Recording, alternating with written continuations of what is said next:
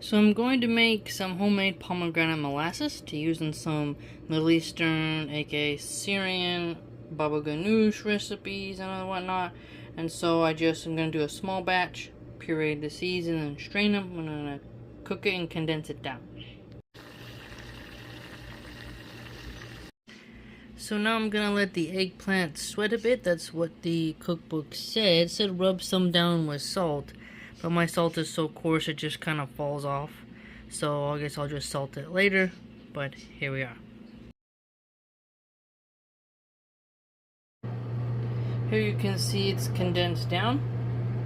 Only needed a little bit because that's all the recipe calls for. Mashallah.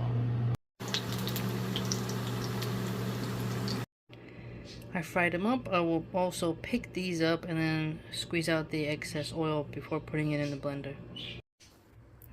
Alright, looks beautiful. Tastes wonderful as well.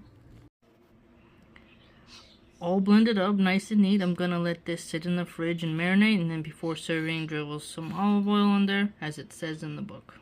Oh yeah. Okay, so this is the dough. I'm gonna punch it down, turn it into a log, and then cut into 6 pieces to make the flatbread.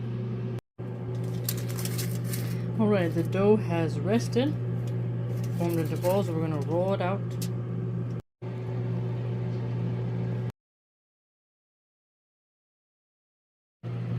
Alright, the flatbread came out wonderful. I didn't have a pizza brick, so I just had to do it with a pan and then put it on the lower shelf like the instructions said, but they still toasted pretty nicely, mashallah.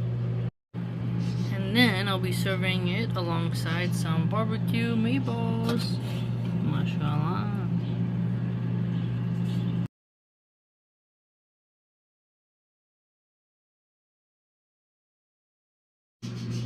I let it chill in the refrigerator for a little while and it's firmed up quite nice.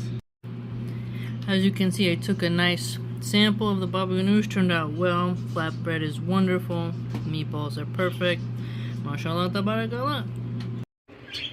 This is the cookbook that I got from the library.